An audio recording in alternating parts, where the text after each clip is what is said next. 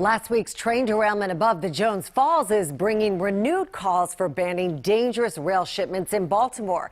Alex Dimitrick reports the biggest concern is crude oil. When freight cars left the tracks on a bridge last week in Baltimore, one really stood out for some, a tanker car dangling above Fallsway. We're really lucky that this train was not carrying anything hazardous, but we know that crude oil has been transported through the city by rail, and transporting crude oil by rail is incredibly hazardous.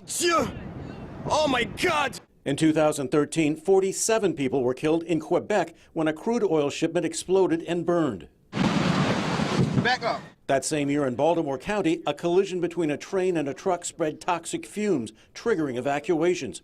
According to the Chesapeake Climate Action Network in Baltimore, About 165,000 people live in what's called the blast zone, which is the 1 mile radius around the train tracks, which could be impacted by a potential crude oil train derailment or explosion. there were two close calls in 2016 when tanker cars derailed in Montgomery County and in the Howard Street Tunnel, scene of an earlier derailment and major fire. Spilled crude oil can spread danger. The Jones Falls runs into the harbor and is right below Friday's derailment. CSX says repairs have made the bridge and tracks safe for train use. As for the cause of the accident, that still remains under investigation. But we are going to be at risk as long as crude oil is transported by rail until there is ultimately a ban on that practice. Alex Dimitrick, WJZ.